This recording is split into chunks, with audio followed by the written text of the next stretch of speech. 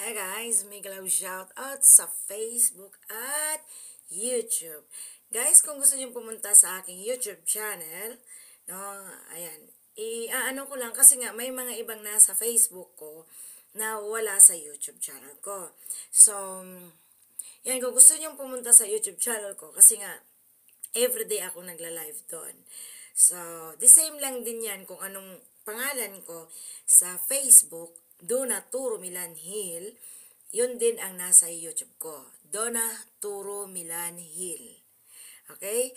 Kung makapunta kayo at makita nyo yung YouTube ko, please subscribe. Ayan.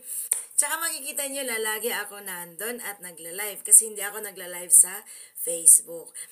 Hayaan nyo muna ako na hindi ako makakapag-live sa Facebook. Ito na muna yung ginagawa ko. Nagbibigay lang ako, nagpo-post lang ako ng mga 10 minutes video na kaya kong i-post. Okay? Pero, I know kasi yung Facebook ko ay more on politics. At lahat ng mga nandito sa Facebook ko ay mga mahilig sa politics. Okay?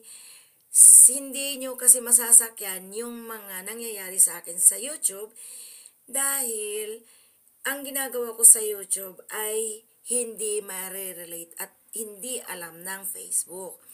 Hindi alam ng mga ibang followers ko dito sa Facebook. So magkaiba ha. Magkaiba siya.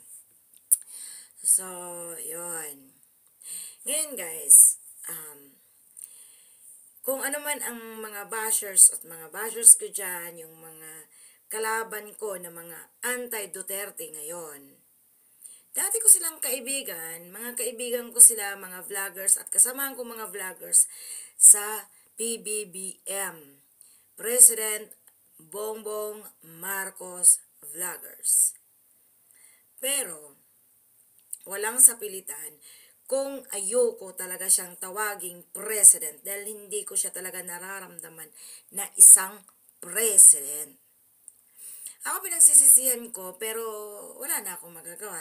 No choice, no? Pero actually guys, noon naman talagang eleksyon, hindi niyo ako nararamdaman na nangangampanya sa kanya. Mas nangampanya ako kay Mayor Inday Sara. Okay? Pero hindi ako nangangampanya sa kanya. Pero okay, nandun na ako sa nananawagan na sana tumakbo si Inday Sara ng Vice President, not President, no? Pero kung siguro tumakbo si Mayor Inday Sara ng President, panalo. Totoo yun. Kasi nga, ang nagpapanalo lang naman kay BBM Ang naghatak talaga sa kanya is si Mayor Inday Sara. Totoo yan. Tanggapin na natin, no? Mga BBM. Mga loyalist. Ang mga BBM loyalist kasi, ang tawag sa kanila, kahit alam na nilang tagilid na yung presidente nila, especially ng kaibigan ko. Alam niya, sinabi niya sa akin, hindi ko papangalanan, sinabi niya sa akin. Pero ako ay agreed na hindi ko na siya hayaan ko na lang siya dahil nga, kami dito sa YouTube, especially mga vloggers, alam niyo na parang trabaho na rin namin bilang vloggers. Pero yun na nga, kailangan din namin na maging responsible sa mga sinasabi namin. Dahil ngayon, wala na ang karapatan ang Pilipinong magsalita. Wala nang freedom of speech. Rest in peace, freedom of speech in the Philippines. Yan ang nangyayari sa Pilipinas ngayon. Dahil ayaw na ng mga politicians, na mga traditional politicians dyan, ayaw nilang tumanggap ng criticism. Dahil, ayaw nilang mabash, ayaw nilang makritics, ayaw nilang makita yung pagkakamali nila at pagkukulang nila. Ang ganun ba? Ginagamit agad nila yung cyber libel. Alam nyo, mas mainam pang tanggalin na yung cyber sorry, guys. Ayoko talagang pero cybercrime division, no? I'm so sorry. Kasi nga, parang palala na ng palala na pati itong pwede siguro yung mga ordinary people na mag-file ng cyber libel. Okay? Sa cybercrime. Pero, pag itong mga politicians na to, huy, tanggapin nyo na magkaroon kayo ng mga kritisismo. Hindi tutuwid ang mga politicians kung ano pagkakamali nila at pagkukulang nila kung walang magkikriticize. Especially ngayon, ang traditional politicians ay umaarangkada dahil bakit? Nagpaplastikan.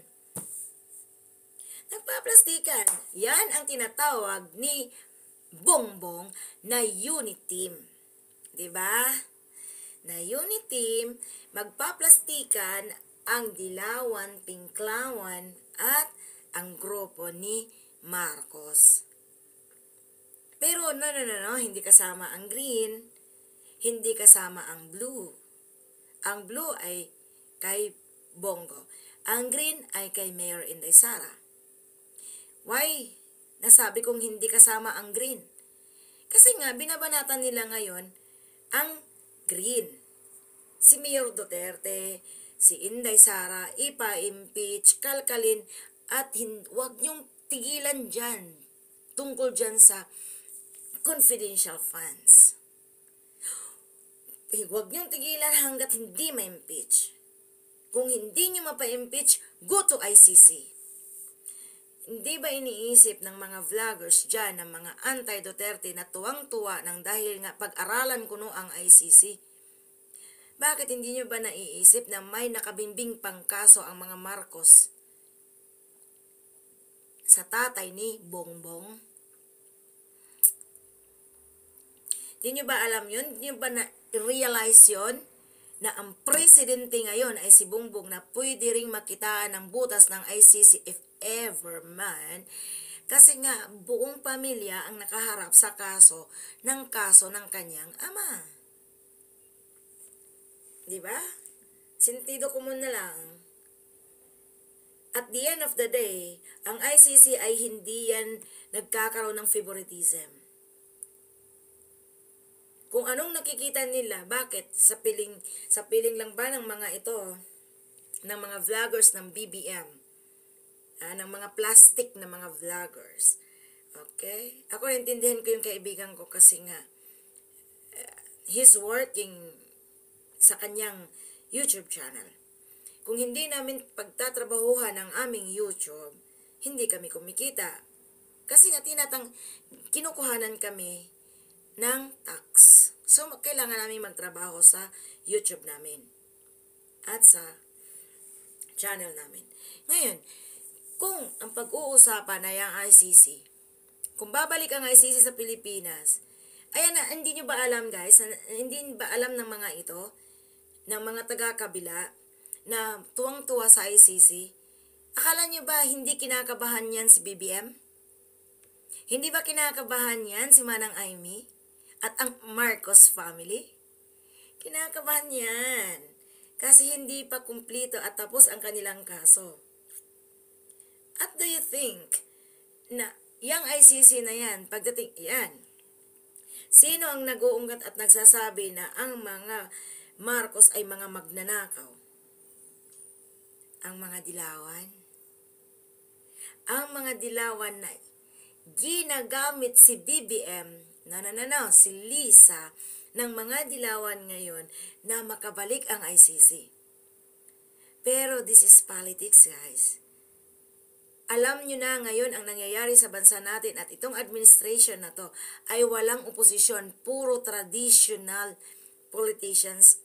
We call it trapo in short. Mga trapo, mga plastic, nagpaplastikan, iilan lang sa daliri, 3, 4 ang hindi plastic.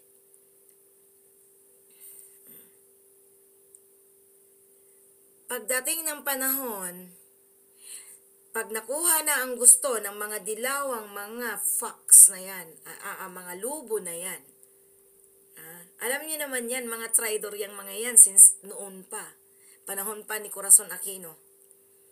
Tandaan niyo yan mga Marcos Pag nakuha na ang gusto nila sa tulong ni BBM, si BBM na naman ang gagawa nila. Under the table, di alam ni BBM. Ganun lang yun. At sasabihin nila, ICC ang andito.